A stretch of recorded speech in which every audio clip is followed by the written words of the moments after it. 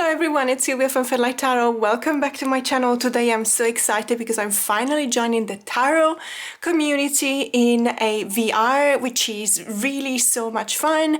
And yes, you guessed it, it's the Collections Meet Decks by the lovely Candy at Candy Soul and Soil, and I cannot wait to start. So if you're not familiar with that VR, with that video, I'm going to link the original video in the description box below, but it's basically all about connecting, let's say, our decks or part of our decks to other items belonging to different collections. Now, it's been really difficult for me to choose which collection to look at. So much so that I actually came up with the idea of asking you. So I've actually ran a couple of polls, one on Instagram and one on YouTube, and these are the results. And as you can see, you know, the tarot community has spoken, so I will show you my rings. Not all of them because there's probably about 100. And but I really had, you know, a conversation with a few of you, and everyone was like, you know, you can actually do a couple of collections or you can do a couple of videos, and I've just decided to do a mashup. So there's a couple of things that for me stand out, and definitely my rings are my signature in this channel. I've had several compliments, or at least several comments from so many of you about my rings, that they're quirky, that they're big, that they're weird, that they're beautiful. It doesn't matter, it's something that I feel really comfortable with, and anywhere I go I try and buy a ring. And so I do have so many memories connected to those rings, and because everywhere I go I also try and buy a tarot deck, I also have memories related to tarot decks. So there's something that flows, let's say, seamlessly to me in connecting these two collections. But I also decided to show you a few of my fountain pens. First of all, because it was the second category chosen by the pollsters, but it's also because I really love them. It's something that it is part of myself. I have been collecting fountain pens probably ever since I've been collecting tarot decks. So I started collecting tarot decks 36 years ago. Yes, 36, oh my goodness. And the fountain pens, it was right about that time. I unfortunately do not have the oldest fountain pens anymore. They were not very expensive, they didn't last long. It was your usual Pelican or, you know, Parker or stuff like that, and they're not made to last. However, in the last 15 to 20 years, I've actually started buying a lot less fountain pens and spending a little bit more money. So I actually acquired some pieces that hopefully will go on forever because they are collectible items. So without much further ado, because I know that we're all very excited to see what I picked up, let's do this. Okay, so we're gonna start with this. This is a Little Prince Mont Blanc fountain pen. It's really beautiful. The reason why I acquired this pen, and I'm just gonna try, I'm not very familiar with showing objects really close to the lens, so you will forgive me please if I don't manage to show you everything on focus. I'm trying my best. But if you're familiar with The Little Prince and the story, it's a really short novella perhaps, by Antoine de Saint-Exupéry, and it talks about obviously it's got really cosmic vibes because there's this alien which is the Little Prince, and he's reigning over the planet, and then one day, and he's alone, but he's got a rose and a fox, and one day there is this guy that actually crash lands on his planet, and they start talking, and the Little Prince talks about all these adventures that he's had whilst he was traveling, space traveling around the cosmos. This is a etching of the face of the fox. I don't know whether it's clear or not, again my apologies.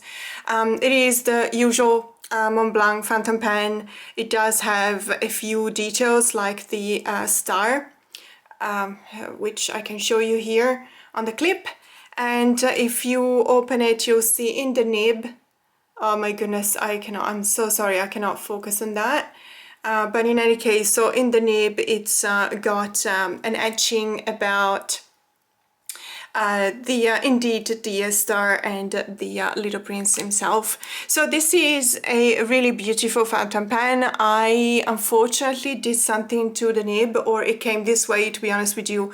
I'm not going to say that it came with this way, even though, you know, we can actually read that between the line. I got it and it was immediately, the nib was not ground properly. So I'm actually going to the Melbourne pen show this year, and I'm going to try and find a nib meister who's going to regrind it for me. But I am in love with this pen. Why? Because of The Little Prince. And The Little Prince is a fantastic story, and Antoine de Saint-Exupéry is one of my favorite authors. Ironically, The Little Prince is not my favorite book. Vol de Nuit, so Flying at Night, is. It draws from his experience as a airplane pilot, and it is just a very poignant book. If you haven't read it, very short. If you haven't read it, I don't know the English title. I read it in French. It is incredibly powerful, very, very intense. So I highly recommend it if you like him. The Little Prince is just amazing. And so, of course, I had to show you the tarot of The Little Prince, which is by Rachel Paul and Martina Rossi.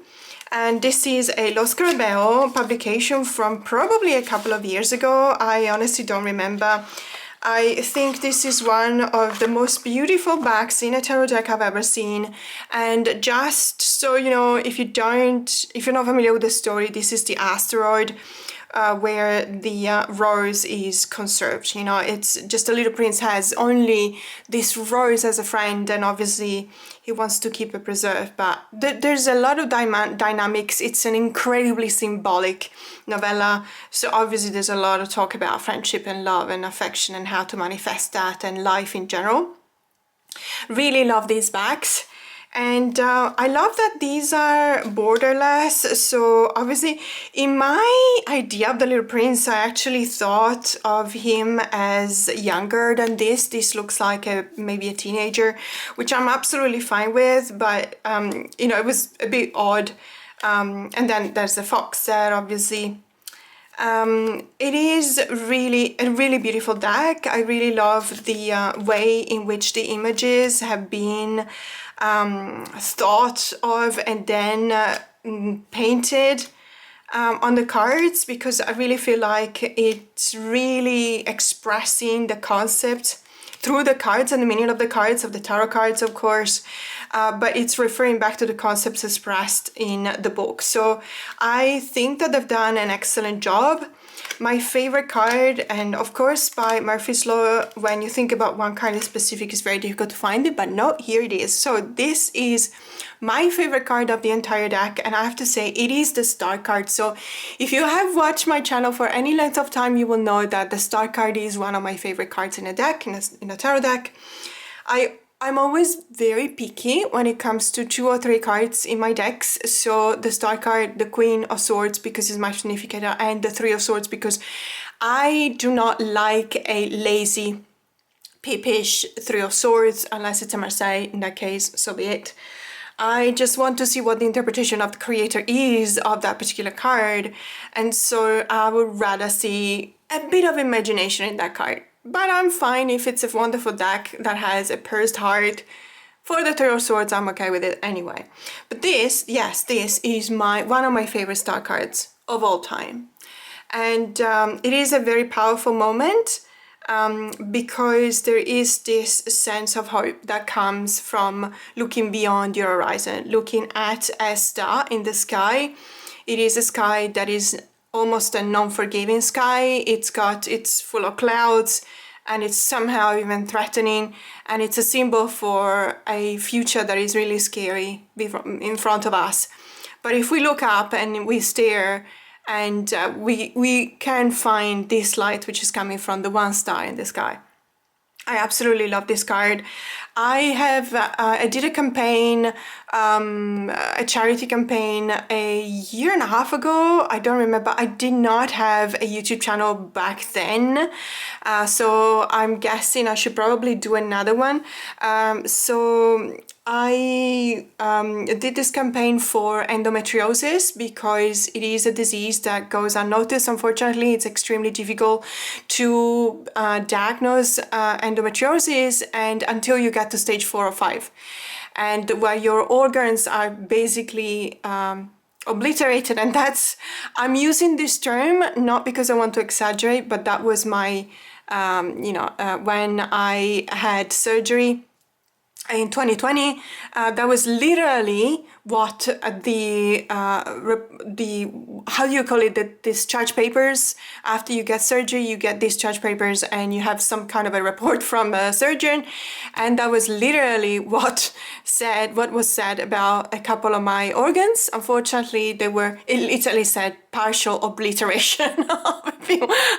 So I was like, okay, well, that's not spelling much hope nowadays. But looking at this card, I always thought like there was this sense of hope, even though you're facing something grim in front of you. And so I started that campaign a year and a half ago, and the funds were, sent through to the Endometriosis Society of the UK. Unfortunately, Australia, at least back then, did not have an organization that focuses on endometriosis. If they do now, I haven't searched for it, so perhaps they do now. I would be very happy to start a campaign. If you yourself suffer from endo at any stage, or if you know someone that does, please reach out to me, because if there's enough of us, then I could really do something very nice about that. And obviously, the profit will go 100% to these associations which are in dire need of awareness and funding. So this was the face of the campaign. I literally used this card on Instagram, I remember, and I asked everyone to light a candle that night when they saw this card and spare a thought for someone who's going through all of the problems that come from having endo. I know that there's really debilitating diseases out there, and endo is not life-threatening, but I can assure you that the pain that comes from especially stage 4 and stage 5, it is something that it's really mind-blowing. Moving on, so this is a really, really beautiful deck. As I said, I just really enjoy the color palette. I love the drawings, and I really feel like I'm connected to this deck. And so when looking for a couple of rings that reminded me of this deck, or at least of the feelings that I feel while looking at this deck, I came out with these 2 rings, and I'm just gonna wear them now. And you will notice that I'm not wearing, apart from my wedding rings, I'm not wearing any rings today, because that's what we're gonna do. We're gonna look at the fountain pen, then I'm going to connect or associate that with a tarot deck, and then I'm gonna wear the rings that I feel like most represent either the decks or the fountain pen that I'm showing. And these ones are very important rings for me. They both represent butterflies. I'm trying to show you as best as I can. This one I bought in Singapore. There is a very famous lane in Singapore. I know that Angie, if you're watching this, you will know because you told me that you've been there. But in any case, it's a very famous lane, and it's pedestrian only, and there's all sorts of shops, and it's just absolutely fantastic. And they have all sorts of really, really cute things, very unique, never seen them before. I mean, look at this one. It's got a really big blue rose here and this really gorgeous butterfly, and then there's this more simple but still beautiful butterfly. And the reason why I associate that with the sense of connection and hope is because I was gifted, not this ring, but I have to be honest, Marcia, if you're watching, you gifted me, so this really, really close dear friend of mine has gifted me a butterfly ring many, many years ago, many years ago. about 20 years ago actually, and I was going through a really tough time, and she gifted me a butterfly ring. Now I'm so very sorry because unfortunately it was back in the Netherlands, and when I moved I actually couldn't find that ring. As soon as I saw that I lost it, I actually bought a new one which is very similar. So the sense of hope, that the sense of community and the connection with someone else that really cares about you, that sense I find through these rings and this deck and also this fountain pen. So this is the first one that I wanted to show you. Let's move on because otherwise it's going to be an incredibly long video.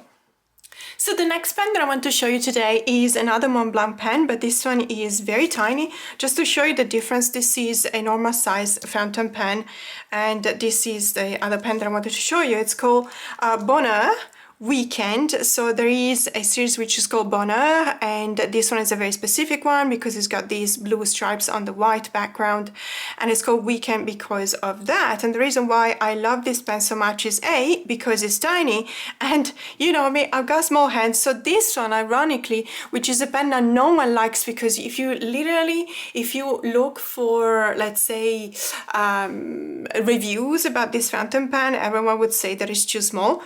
For me, it's actually perfect. So this one is a lovely fountain pen, and the reason why I like it so much is because, and I am really trying to show you, really hard trying to show you here, I don't even know if it's on focus or not, I am so sorry. It's just that I should change prescription for my reading glasses because I can actually not see, I can barely see. So it does have a shooting star on the nib.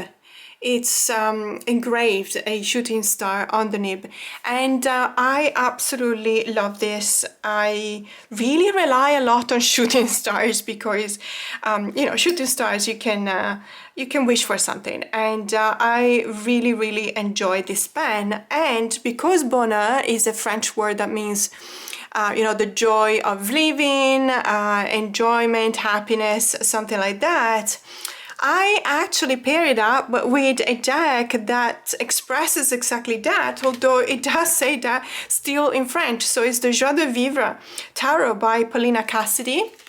I think that now she goes by the name Paulina Fay.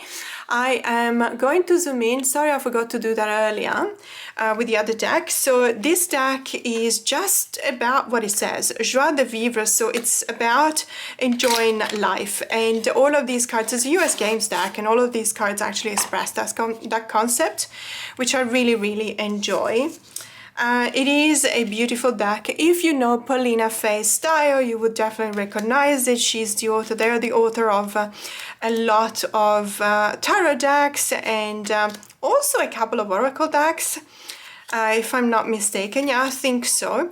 I really love this deck. Compared to all of the other decks, I think that this is my favorite because of a number of things, namely the choice of the color palette, which is more earthy to me. Other decks are more airy. But when I wanted to buy this deck, it was because I was actually looking for an earthy deck. So I'm really happy with the choice. And also because I really feel like I connect with this kind of art style. All of the characters in here are very quirky, but they're also very positive. There's also in each and every one of them, when you can see the feature of their faces, for example, you can always see that there's a kind of a smile, and I really enjoy that. I really like it.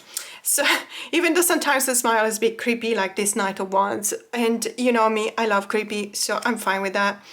This is a really beautiful deck. It's one of those decks that I definitely use in certain times when I really feel like I am in that state of mind of bonheur, you know, joie de vivre, happiness, or sometimes also if you don't really want to be weighted down by the worries in life, you just want something really light.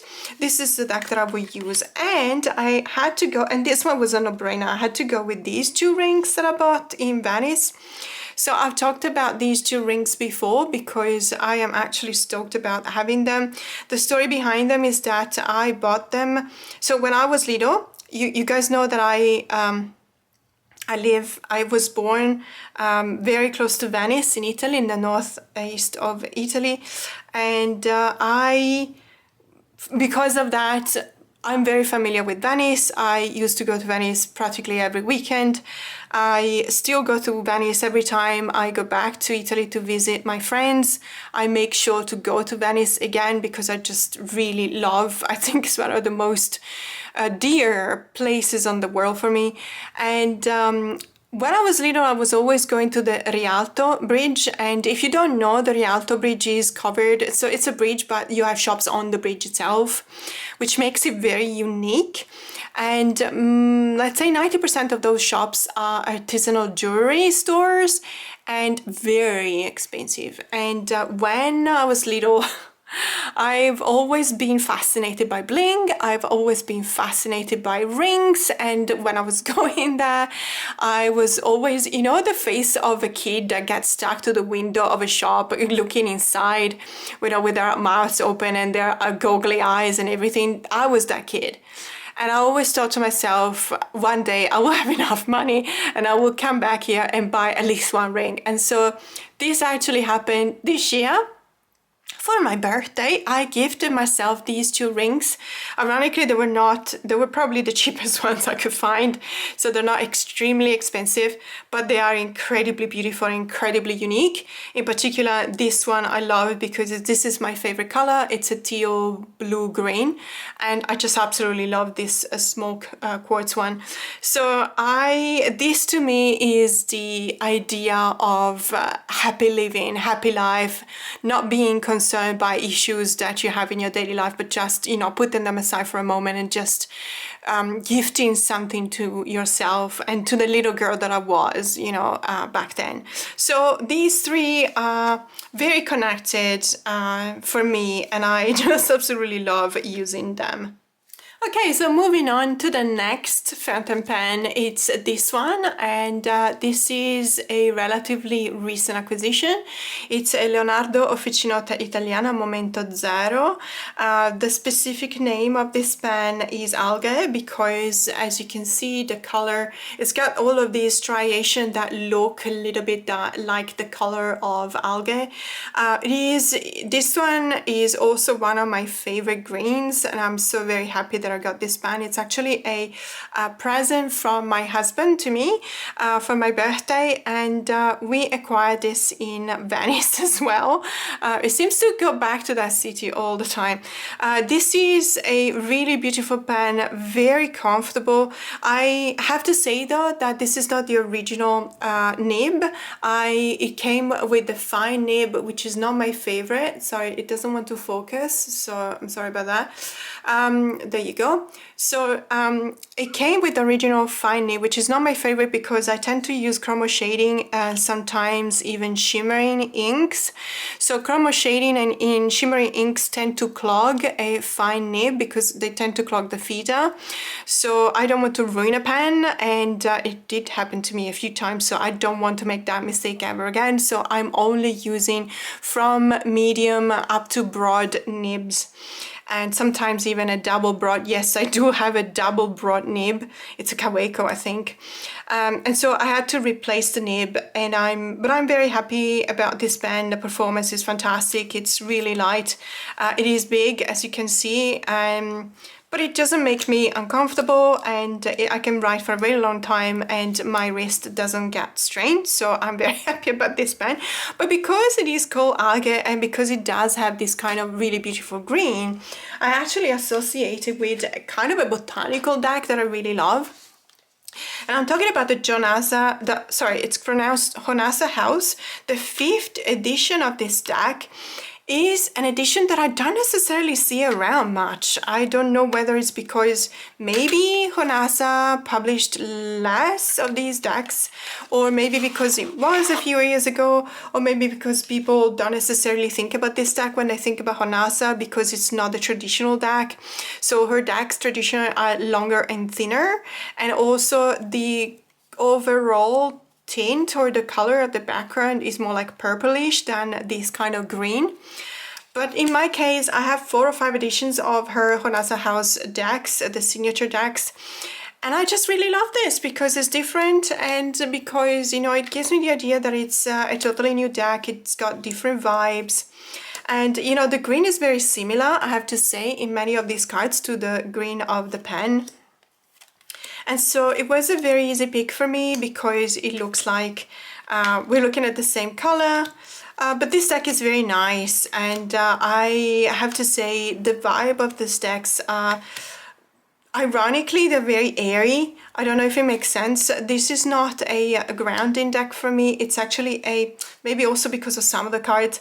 It also gives you the strength or the energy to propel yourself into cosmic vibes. And that's one of the reasons why it feels very airy. So I love to use it at a certain time, and I was thinking earlier, this is one of the decks that I actually like to use during Mercury retrograde.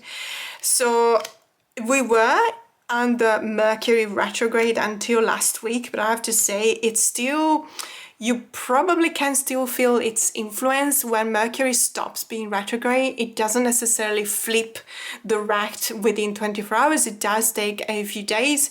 So if you're still having some problems in communication, especially related to technology, it might be because you're still feeling the tail end of that kind of influence.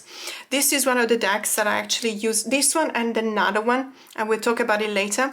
One of the decks that I feel like using during Mercury retrogrades, and it works for me. It's a really beautiful deck, and I wanted to associate that with botanical kind of rings. So I'm really happy to show you these two. So these two, let me see, sorry, this one is upside down. So these two here, I don't know if you can see them. So this one is a really beautiful ring that I received as a gift, again from my husband.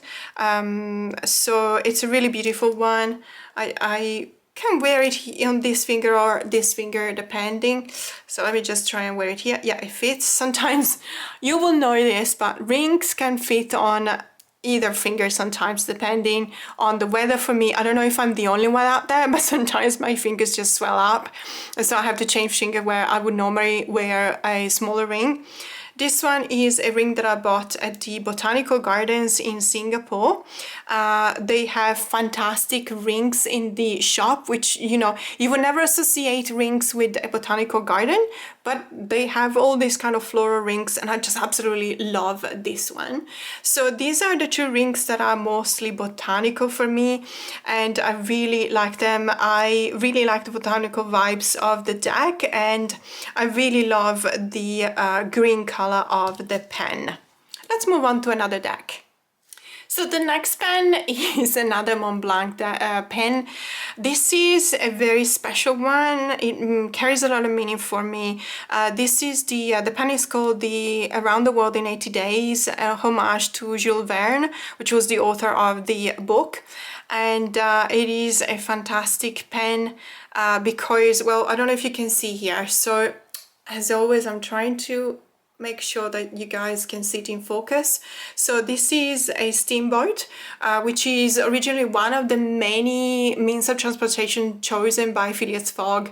If you don't know the story, Around the World in 80 Days, by Jules Verne. So it starts in a club, gentleman's club in London, and there is this really, calm looking guy who basically takes on a bet, and it's a bet that it's really make it or break it for him, because if he loses, he's gonna lose everything.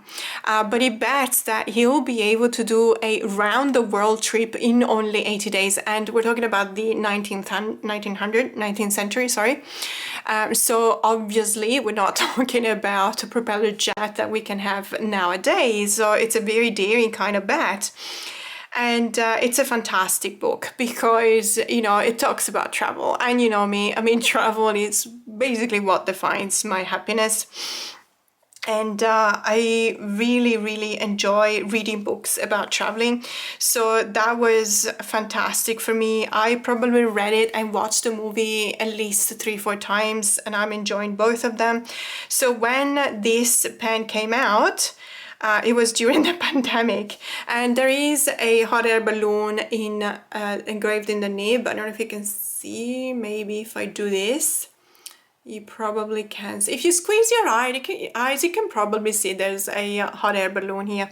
So this pen came out in during the pandemic, and I'm not going to talk too much about it, but basically during the pandemic it was a really difficult time for me because Australia closed the borders, not just for people coming in, which was normal because everyone did that, but for people going out. So we were forbidden from leaving the country. You literally, well, there were no flights anyway, but you literally had to ask permits to leave a country with a very complicated form. You have to justify that with lots of documents. And when my dad passed away, I was not allowed to leave the country to attend his funeral. So that really had a major impact on me. I was really depressed, and so when this pen came out, it was a couple of months or a few months later, and my husband actually bought it for me because I don't know, it was talking about travel, it was talking about hope for the future, and believe it or not, this pen actually worked. It helped me a lot, and I know that sometimes it feels like it's a bit shallow to say that an object can help you feel better, but it does work for me, and it's what I connect with that object. It's the reason why I have all of these collections, and it's because it makes me feel in a certain way, and each and every item that belongs to that collection has a very profound meaning for me. So this one is about travel. And thinking about a deck that talks about, or that, you know, means travel, for me, I had to go, I have a few choices, but I had to go with this one. So this is, sorry, let me just zoom out because I was zoomed in all the way. So this is the Tarot Landscapes, but edited by Francesca Matteoni and illustrated by Yoshimari. This is produced and released by Vivida. It is a deck that came out, I believe, probably over a year ago, but I remember that it was a fantastic gift from one of my closest friends in the tarot community here in Sydney. Thank you so much. And ever since I got it, I just really love this deck because I've talked about this deck a number of times. So it's the Tarot Landscapes, and it talks about landscapes from all over the world. There are no people in this deck, which is, you know, it makes the deck very unique. And in some cases, it's actually a bold kind of choice, because sometimes the tarot reader will want to see people because you want to see expressions, because you want to draw your intuition from the expression on the faces of the characters on the cards. But in my case, in this case in specific, I actually really appreciate that. It's a really beautiful deck. In specific, in the guidebook, it comes with the stories, not for each and every one of the cards, but if you read the stories associated with the cards, you will see that these are stories from all over the world. And so this is really reminding me of all of my trips, let's say. This one reminds me of, I know that is completely wrong. This one reminds me of Antarctica. There are no polar bears in Antarctica. Polar bears are to be found in the northern hemisphere, not in the southern hemisphere. However, because of the iceberg, it does remind me of Antarctica. I have not been to Greenland yet, although it is on my wish list. This one reminds me of the Galapagos, which is absolutely fantastic. And you know, there's so many things that I could tell you about things that I'm reminded of when I look at these cards. And that's one of the reasons why I really love using this deck and looking at this deck, in particular this card with the Northern Lights.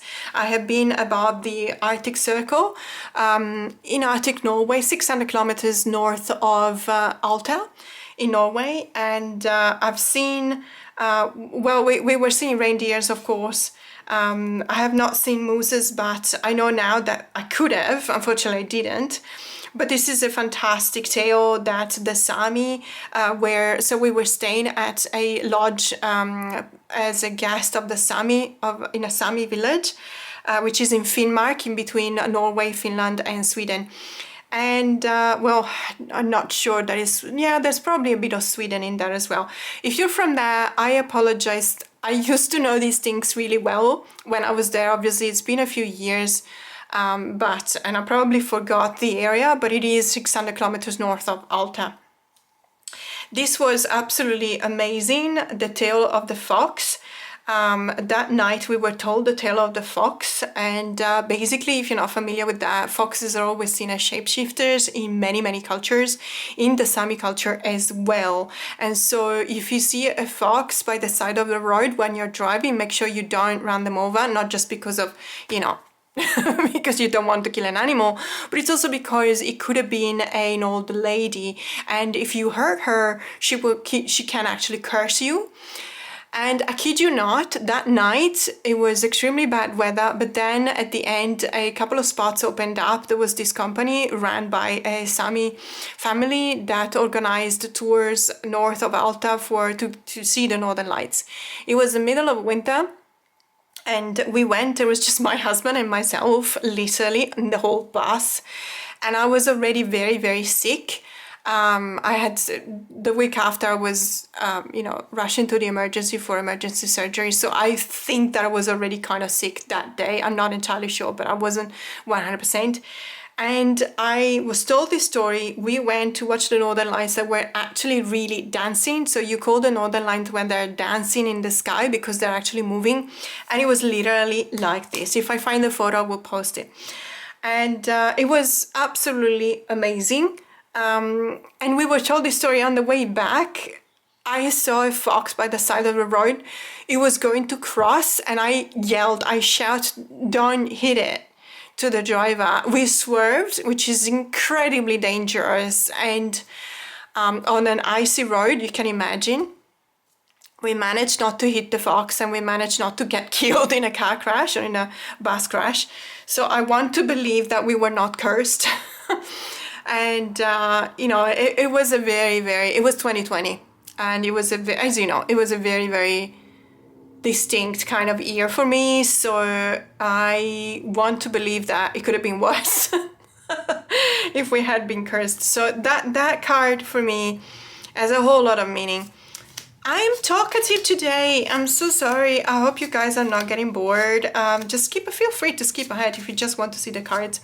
If you're interested in my stories, in my travel stories, you know, this is a way to listen to them. I hope I'm not boring you.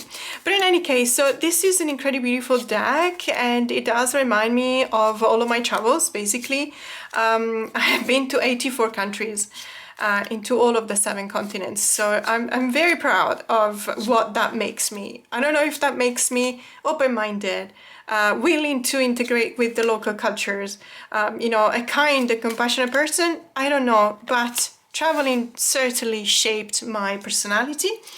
And I want to associate the pen and this deck with these 2 rings. Let me show you, which are among my top 5 favorite ones. These rings are absolutely amazing. I know that they're really big and bold. I don't know whether I like them because they're big and bold, but I just absolutely love them because you also have, you know, the precious, semi-precious stones, obviously, or crystals there. The reason why I associated them with these deck and pen is because these have been around the world. I don't know whether they've done the tour in 80 days, but because the stones and the design is from Thailand, they have been sent to a company in New York to be forged and created, but I bought them in Rome. So as you can see, they've gone back and forth around the globe. And so I felt like these ones really express the concept of traveling, and I really love them.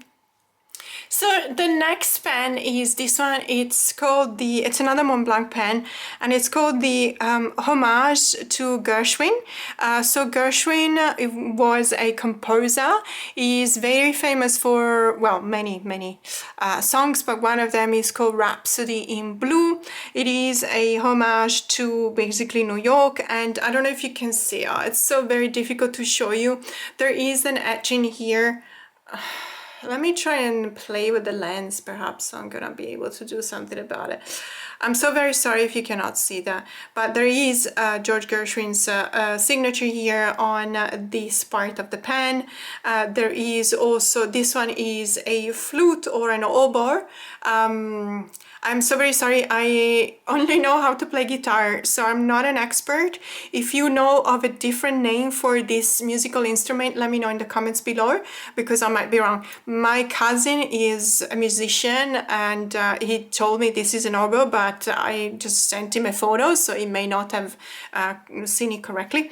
And in here, we also have the skyline of New York. I don't know if you can see it on the nib.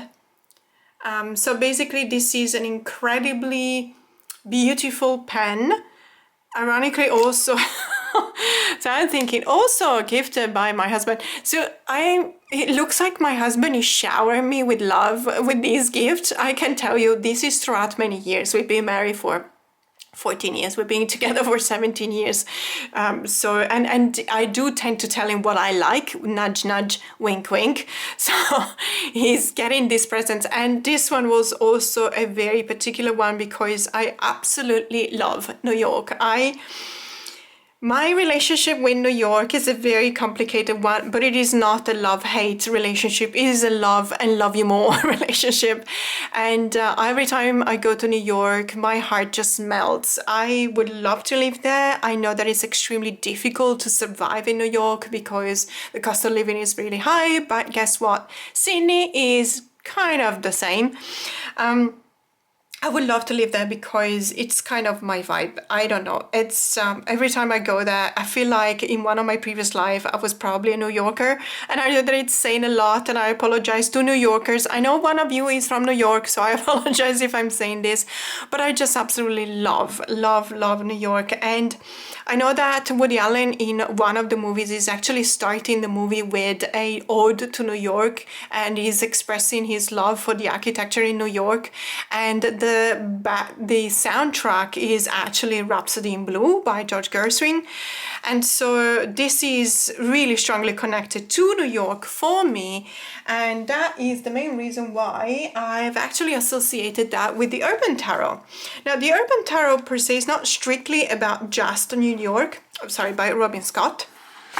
It is a US Games deck. As I said, it's not strictly associated just to New York. It's obviously, talking about urban landscape. But to me, it is definitely about New York because there's a couple of cards. And in the previous edition, and I'm actually putting it out there, if you have the pre-2012 edition of this deck with the Twin Towers, for the Tower card, please let me know, because I would be really interested in acquiring that deck. It is out of print, so I couldn't find it. But this is the essence, or the quintessence, should I say, of New York for me. Even more so if I could get a hold of that card. It is not in this deck. So it is very Thoth inspired. As you can see, the hermetic titles at the bottom of the cards is Thoth based, and it is very modern as well. The Day Trader. Doesn't this talk about Wall Street to you? That is actually amazing. I know that many of these cards are actually based on New York landmarks. But even more so, the previous edition, you can see here, for example, there's a totally different city. This is San Francisco, that's the Golden Gate. And, so that brought me to say that it's not specifically based on New York, but this is in New York, but it is to me. So that's why I always associate this deck with the love that I have for New York, and that's mainly the reason why I actually got this deck. I also have to say that as a modern take on the Thoth system, I actually kind of like it. I like the association of the images chosen to represent that particular card. I really enjoy that. And I was looking for the Tower card, but obviously when you're looking for something you can't find it because of Murphy's Law, as I said. but that's fine. We all know which one I'm talking about, and if you don't, you can just Google it. There you go. So this is still obviously the Statue of Liberty, so it is still related to New York, but the original one from pre-2012 actually had the Twin Towers. There is one card in this deck that is very triggering for a lot of people. I hope I skipped it. Yeah, but in any case, this one absolutely associated with New York, and I had to show you a ring that I bought in New York, and it's this one here. So this is not a ring that has been produced in New York. It's actually a Spanish brand. This is uno de 50, which means 1 out of 50. And originally, they don't do that anymore, but originally this meant that the piece you were buying was only 1 out of 50 produced. And this is a very unique ring. I'm trying to move my hand in such a way that you can see the way in which the crystals here change color. Depending on the light when it hits it, and it is a fantastic ring. It is a special edition. I did used to know the name of this ring. I am so sorry, I don't remember it anymore, but as I said, very unique, only 1 out of 50. Was very expensive. It's not special in the sense that it's not valuable per se. This is just a silver, and these are not, you know, precious stones. They're just semi-precious stones or crystals. So you wouldn't normally spend that much in material, but I still was okay in spending a certain amount of money for this ring because I absolutely loved it. I really, really loved it. These two crystals actually remind me of when you see from a particular angle when you take a cruise around Manhattan on the circular line, and there's a certain point in which you see, I think it's the Manhattan Bridge and the Brooklyn Bridge, which look like this in this way, like these two lines together. I know sorry, I probably did not do a good job in explaining that, but it does remind me of that, especially at dusk and during the blue hour. So this is definitely a ring that I connect to New York. Okay, I'm gonna need to speed this up, otherwise we're gonna stay here for hours, and the next fountain pens that I wanted to show you are very cheap. As a matter of fact, these ones are only about $10 each, but I absolutely love them because they're, as you can see, fluo colors. And if you watch my videos about the 90s, you will know that I really love fluo colors. In the 90s, I had the time of my life. I used to live in London. I was clubbing almost every night, late 90s, not early 90s, but I was really, really young and free. And I had a lot of neon color. I was surrounded by neon color or fluo colors. I don't know why. It was just probably the, you know, the fashion of the moment. More like in the end of the 80s, but then there were a few people that were stuck in the 80s like me until the end of the 90s, and then I started slowly moving into grunge. Grunge, sorry. So it's, you know, it depends on your personality, I guess, but I absolutely love these two really, really cheap, affordable pens. They are twist, as you can see. They are fountain pens. Let me just show you. They have this really normal looking medium nib, and I like to associate these two with another neon color related deck. So this is the Neon Moon Lenormand. I also had the Neon Moon tarot deck by Pixel Occult. I absolutely love their creations. I have more than one deck by them.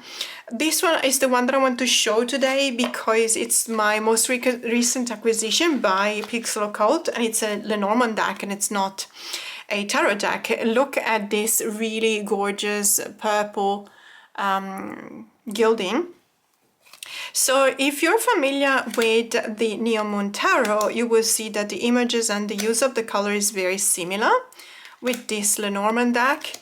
and I absolutely love it. It's got at the same time a 90s feel to me, but it's also this neon colors, this neon pink associated with the purple and the blue and the black. It's a fantastic combination, but it's also giving vibes of cyberpunk, which is my favorite genre when it comes to a certain type of art style. I really, really love cyberpunk, which is very 90s for me as well. And so I just wanted to show you this deck, really, really gorgeous. And when it comes to bold statements in colors, I actually do not have any fluo or neon kind of ring, which is very sad because I was about to buy one. I saw one that was glowing in the dark, and so it gave me that idea on neon light, but it was ridiculously expensive to be a plastic ring. So I'm going to show you this one, which is, you know, it kind of goes with this. It's not entirely, you know, the same kind of color, but it does have that kind of boldness to it that I really like. And this is one of those rings that you can buy. It's a glass ring. You can buy it in Venice, for example, because it comes from all of those shops that they are glass blowers. So they actually make all sorts of things. They also make glass dip pens. They make, you know, rings, jewelry, all sorts of these kind of things. So I really, really like this one too. So the next phantom pen is this one. This is, the brand is called Fine Writing International, and believe it or not, but the model, and I'm just gonna try and show you the cap, which is probably, there you go. Can you see the symbol? Sorry, I can't even see it myself. Anyway, it is the symbol of Mercury. Yes, this pen is actually called Mercury. Now, the reason why I have this pen is because, well, first of all, I like it. I really like the pearl color here and the way the blue waves, but it's also because of the name. I feel like because I really count on communication. Communication for me is an extremely important thing, and trying to get it right. And that's probably one of the reasons why I have forced myself, or, you know, encouraged myself to learn so many foreign languages, is because I really want to be able to communicate as best as I can and give myself the chance to really connect with others. When Mercury is in retrograde, and that's the reason why as I was mentioning before, when Mercury is in retrograde, it really bothers me because that is the first thing that falls through. So your communication, especially related to, let's say, technology, it's something that really drives me insane, that I cannot express myself, I cannot find the right words. Whenever I send a message, it doesn't get through. You know, transactions online are all sorts of messed up, and it's normal, and we go through that more or less 4 times a year. Sometimes you feel it even stronger, sometimes you don't. But in my case, I always feel it. And so I bought this pen because I really wanted to try and find a connection with Mercury, try and understand the planet and the influence that it's got on ourselves. And I associate this with protection, because I always, when Mercury is in retrograde, I always try and find a way to protect myself. So a deck that I use when Mercury is retrograde is the Circle of Doors Tarot. Let me just zoom out a little bit. So this is an amazingly beautiful deck. It's a photographic deck that uses a very specific technique, which is called stacking, and which means that basically you're looking at a stacking of more than one negative, one on top of the other, and then there's obviously the production of the photo, or the printing of the photo. So in here you can see elements that belong to, let's say, at least 3 different photographs. It is amazing. It's the stacking method. It's back from, I used it when I was first starting to take photographs when I was 9 years old. Obviously in the mid to late 80s, and it was not easy. Well, at least it wasn't easy for me when I was 9 years old. Obviously it would have been easier for a professional, but I approached this method with a bit of, you know, stubbornness, because I really wanted to master this thing, and seeing this deck really accomplishing this with such easiness, or at least it looks like it's been easy to do it.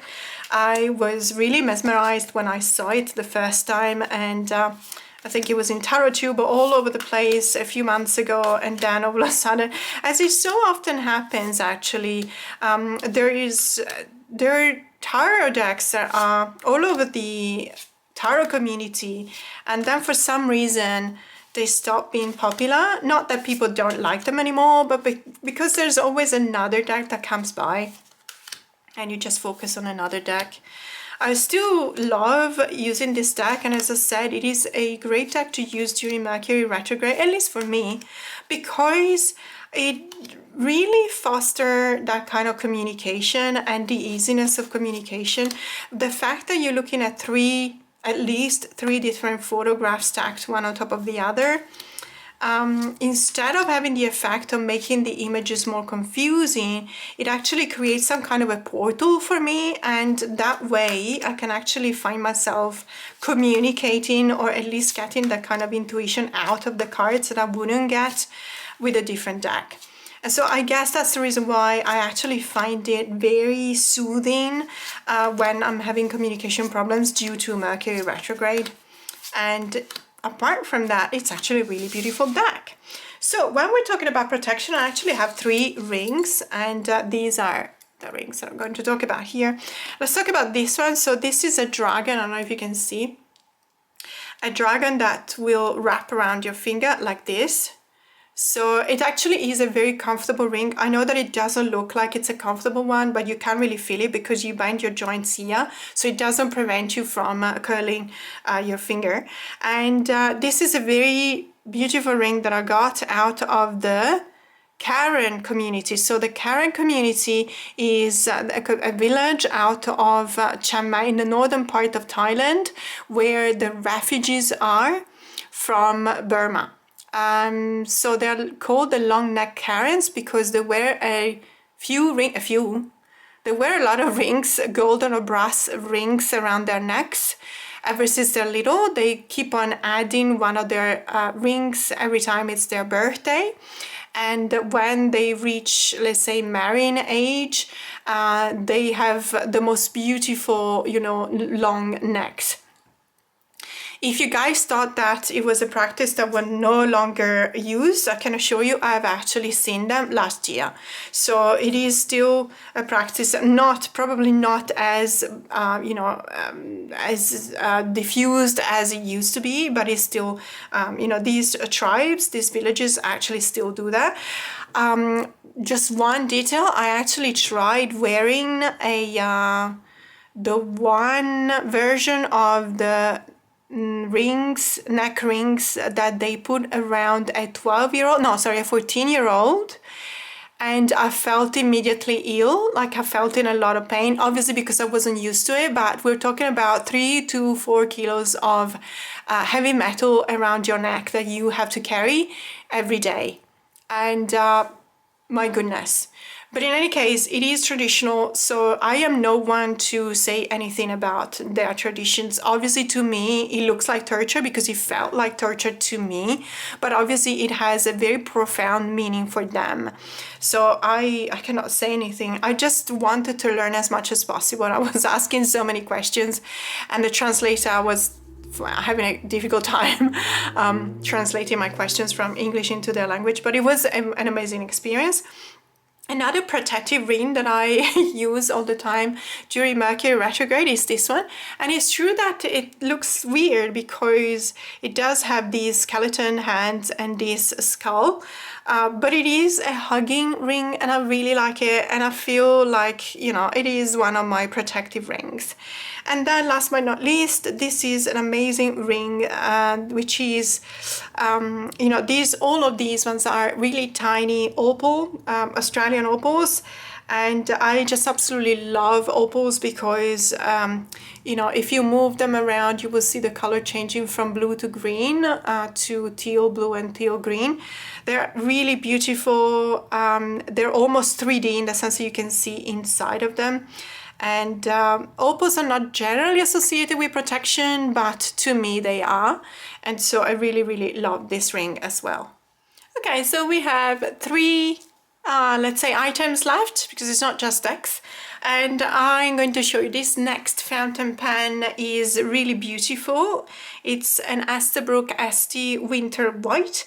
I really love it. I didn't used to love this kind of pattern on the pen, but this one is really nice. And these are glasses basically incorporated in the resin of the pen. It is an Estabrook ST, so it's very comfortable. If you read anything about this brand and this particular model of that brand, everyone will say that it's a very comfortable pen. It sits really well.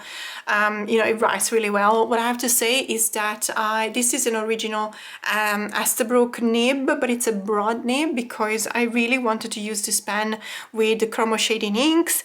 And so since they tend to be quite dry inks, if you really want to see the chromo shading when you're writing, you have to use a broader kind of nib. So I'm not going to go into too much details, but that's the reason why I've actually chosen a broad nib for this pen. And because it's called Winter White, I thought about associating with a deck that reminds me of winter, and it's this one here. And by the way, this really beautiful bag is by the Tarot Bag Ladies, you know, based here in Queensland, Australia, but they also ship overseas. And this is a purchase that I made together with one of my members. So she's also part of the Tarot Bag Ladies. It's actually herself and her mom that make these really beautiful bags. And she's also one of my Starlight members. And sometimes we buy decks together simply because it is easier to share the shipping costs. And this is the Tree Whisper Oracle by Maggie Black, of course, but this is the Dream Travelers edition, and to me it actually does have a little bit more of a wintry vibe to, I don't know if you know the standard edition of the Tree Whisper Oracle. You probably do. And I did not want that edition. I really wanted this one. Because it does have more of a wintry vibe to that. As you can see, the branches here, for example, are covered in snow, here as well. Here, obviously, even more so. And so this is one of the decks that really reminds me of winter the most. I really like the suffused kind of atmosphere that you can see that comes out of these cards. It is ironically, this to me is as much as a watery deck as it is an airy deck. And the reason why I'm saying that is because in my idea of snow, there is as much water as there is air. So obviously referring back to the color white and the winter vibes, I'm thinking about air, but because snow is made of water, it does remind me of water as well. In any case, this is a truly fantastic deck. I really love using this deck in combination with Remembering the Sweet Fool Tarot. Even though the tarot deck is slightly smaller when it comes to the size of the cards, they vibe really well. But this one can also be used with other oracle decks, and I'm thinking about the Death Doula Oracle, which is really nice. And when it comes to rings, these two rings to me really mean winter. It's probably because of the color, I'm not entirely sure, but they really mean winter. And this one in particular is very heavy. So it is, I don't know if you can see, but it is, these are chips of crystals. So it's a very old ring, I have to say, probably 15 years old. And you can probably see that it's been, it used to be very sparkling, but now it's not anymore unless you look really close. And the reason is that obviously, you know, it's not an expensive ring. It's one of those rings that you can buy probably for like $30-40, and obviously the quality has decayed during time, but I really still like it, and it really does mean winter for me, or it reminds me of winter. And then there's this one here, which is a more recent ring, and I actually bought this one in Bangkok, and it's a very beautiful ring. I absolutely love the concept of these leaves with different colors, but because of the colors themselves and the color palette, it does remind me of winter, and I think it actually pairs up really well with this pen and also with the deck. So the next one is another Mont Blanc pen, and this one is called Blue Hour, and this is not a present from my husband. This one I actually bought it myself, And my apologies if you hear my cats in the background. They're having a bit of a, how should I say this? An interesting day. They're being fed and cuddled, but I don't know why today they just don't like each other. So you're probably hearing them fighting. Guys. Okay. This is the blue hour, and the reason why it's called the blue hour is because of this color. And also, if I am going to be able to show you the nib, you will see that it has a honeycomb structure on the nib as well, just as like the honeycomb structure of this side of the pen, of the barrel. This is a really heavy pen. Because of that, I don't actually use it that much because this one is very heavy as well, but even without it, this part and this part are quite heavy. And it does, if I use it for a long time, I tend to feel the strain on my wrist, so I'm not entirely happy about it, but I wouldn't consider selling it because the reason why I bought it is the term blue hour. So blue hour is the time that follows immediately after the golden hour. Chicho, what? Sorry, I don't know if you hear him. This is my male cat. And it's a typical cat that is a mama's boy. Yes, Chicho.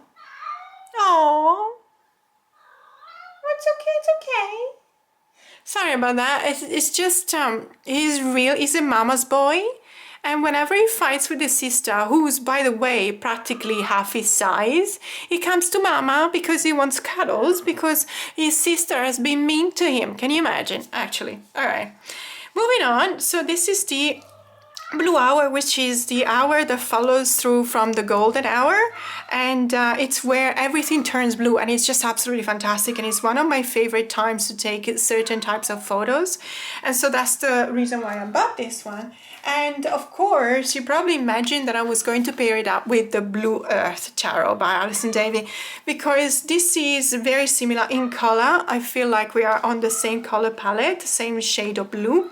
This whole deck is basically a whole shade of blue, and I really like it, but it's a very, very special deck, so I don't use it all the time.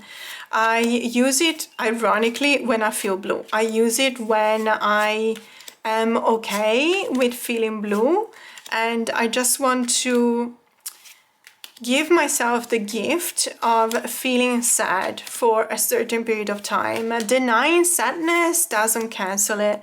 You're just gonna repress it, and or at least in my case, that's who I am. When I feel blue, when I feel sad because I'm missing someone who's not there anymore, I don't want to push it away. I don't want to push those feelings away. And so this deck is actually helping me to find focus during these sad times.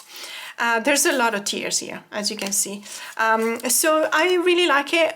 This one, however, it does remind me of Batman, not the devil, but in any case, that's fine. I really like this deck. I absolutely love the quality. This is a really nice silky feel to the top coat of the deck. It is an indie deck, however, I don't even know whether it's still available anymore. I don't know, I'm sorry about that. I know that the artist is Canadian. It was fantastic to receive it because it was a great experience. It came to Australia with only like $20–25 shipping cost, and it came in like, I don't know, 2 weeks. So I was really stoked about the whole experience. So shout out to Alison Davies. And now for rings, I decided to show you all of my blue rings, which I have a lot of. It's, if they're not blue, they're blue adjacent. So this is a sapphire blue ring, which is very dear to me because it was another one of my husband's presents. I'm sorry that it looks like, again, it's not like he's buying me stuff every day. It's just that he knows what I like. Sometimes we even buy stuff together. And what happens is that they are so very dear to me, and you know, pens and rings. And so yes, so this is these are ethically sourced sapphires that we bought in Sri Lanka. And then there's this ring, which is really nice blue. that I bought in Seoul, South Korea. And then we've got this another opal ring that I bought here in Sydney, Australia, which is very large. Actually, I should wear it here, possibly even here, sorry about that. So if you are not familiar with opals, this is the way in which you can see, it's almost as if you were looking at the night sky, a starry night sky. It is really, really beautiful. Opals are incredibly beautiful.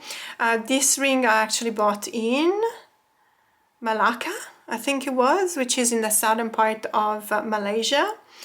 And this one is another glass ring, and I bought it in Venice, and so I just wanted to show you how beautiful these rings could be. And lo and behold, this ring was €6. Ladies and gentlemen, I'm not even kidding. This beautiful ring was only €6. So if you find yourself in Venice, you know, just don't be scared of asking for prices for something that you like, because it's not like crazy expensive. And ladies and gentlemen, last but not least, it's a very long video, and I thank you so much for being here. If you're still here with me, thank you so much. So this is the last fountain pen, and therefore the last combination that I'm going to show you. It is a very special fountain pen, and it is again a Mont Blanc. It is it's a very special edition because it's a dedicated pen to an author. So like we've seen before, which one was it? The Jules Verne, Around the World in 80 Days. This is a Rudyard Kipling pen, and it's called If, and that is obviously referring to the poem If by Rudyard Kipling, but it's also referring to other elements taken from his novels or his stories. So Rudyard Kipling is probably mostly known for The Jungle Book and also If, the poem, or Kim as well, but the reason why I am so very connected, I feel very connected to this pen, is because of a really short story. And it's called The Cat That Walked by Himself. So this is a very short, it's almost as if it were a short story because it's a few pages long. I highly recommend it because if you have a cat, if you're a fur parent, you will definitely recognize that he's absolutely nailed the personality of a cat. It's a very beautiful story about a cat. At the beginning of the story, it is he's together with a dog and a horse, and the dog and a horse want to be domesticated. They want to be together with the humans, but the cat is always very independent. Even though, and I don't want to spoil it because obviously if you haven't read it, I highly recommend it. But the cat ends up with the family as well, but through a number of things, and it's almost as if it were saying, "I accept to live with you. I accept to be part of your family, but I will always be independent." And so that's why The Cat That Walked by Himself. That story always makes me very emotional because it is very, very powerful, poignant, and intense. And I really love it. And one of the reasons why I got this pen was because of that story, but also because of the poem If, which is one of my favorite ones. Sorry, I forgot to show you, obviously. You see here, so there is, If is actually carved. Oh, you'll never be able to see that. I am so sorry. But in any case, if you trust my word, here there's part of the If poem carved around the cap here. And we also have something here that I cannot see because my eyesight is terrible. So this is a really beautiful pen. However, it is very heavy, and also this part here is actually quite, it hurts my fingers, so I don't necessarily use it as much as I would love to, but it is a collectible item, so I'm quite happy that I've got it. And I actually associate that with, because of Rudyard Kipling's tale, you know, The Cat That Walked by Himself, I associate that with the tarot deck, Tarot of the Pagan Cats, which is a Lo Scarabeo release by Magdalena? Is it Magdalena? Sorry, I can't even read. I am so sorry. Magdalena, I think it is Messina and Lola Airaghi. So I was trying to look at the name, but I really can't, because of the font, I really can't make it out.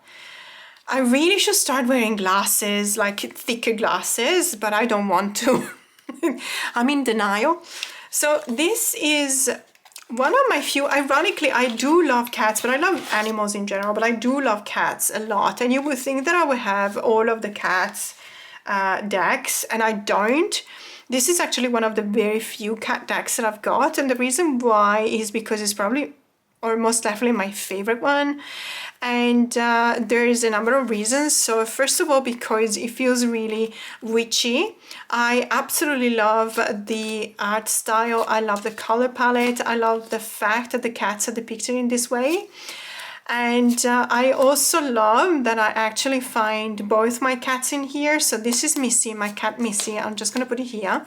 And then the Eight of Wands has got my cat, who was, you know, my male cat that was crying for mommy because his mean little sister was attacking him.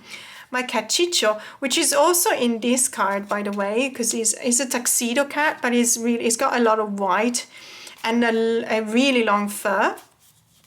And so let me just jump to the Eight of Wands. There you go. This is him. That's him. That's absolutely my cat. So these two, I would say it's Ciccio. Ciccio is an Italian word for chubby, but it's a very affectionate term. So it's not denigrating or anything. And he's not chubby at all. It's just a big boy. He's a big boy. He's about 7.5 kilos, but he's not chubby. He's just really, really large. We think that he's got some kind of Maine Coon, in his blood. He's a rescue cat, so it could be anything. And it's just a really big boy. But that's him. That's absolutely him. If I took a photo of him right now from the back, you will see it's got exactly the same markings on his back that this cat here. And the front is very similar as well. And this is my Missy, so my female tabby. Also really, really long hair. She's absolutely fantastic. But she's a bit of she has a very special personality. Let me just put it this way, because I don't know how else to describe that within the confine of being politically correct. But yeah, she's very special. So when they fight, she would be taking on him and he would just cry, run to me crying, saying that his sister is being mean to him. So I absolutely love this deck because it gives me the opportunity to see my beloved kittens, in the cards. And apart from that, I think it's a really good deck. It's a very straightforward reader. I will highly recommend it. It's a very affordable deck. As I said, it's a low Scarabeo one, so obviously mass market, obviously quite affordable. It is borderless, which helps, but I believe that this one is a second edition or third edition or whatever it is, because the first edition of this deck, I think it came with borders, white borders, the usual Los Scarabeo white borders with all the languages on the corners. I don't have that. I have this most recent one and I really enjoy it. And this is going to be funny. So I don't have a cat-shaped ring. I do, however, have this one, which is pretty much my cat's eye. So especially Missy, so the female, when it's, I don't know what the variation depends on, but sometimes she's got yellow eyes, sometimes she's got blue eyes. I have no idea what causes the change. She's not sick or anything. It is something that happens on a daily basis. I think it's because of a certain way to which the light is hitting her eyes. So maybe that's it. I have no idea. I'm not an expert. If you know what may cause the change, let me know in the comments below, but it is crazy. She goes from yellow to, let's say, teal, green, blue. So it's absolutely fantastic. And this ring reminds me of my male cat, Ciccio, Chubby, because it is a chunky ring. I don't know if you can see that, and he absolutely loves to brush himself or his face against this ring. And if you know cats, they cannot scratch themselves too well. And so one way that they really love to scratch their nose, for example, the side of their mouth, is to go against the sharp angles. And he just loves to do that. Whenever I wear this ring, he's just constantly scratching himself against this ring. So this is one of the rings that I actually most associate with my cat. and together with this one because of Missy's eyes. And that was it for today, guys. That was a marathon. Thank you so much. If you're still here with me, you're a trooper. Thank you so much for your support. I hope you enjoyed this video. But for now, have a great day.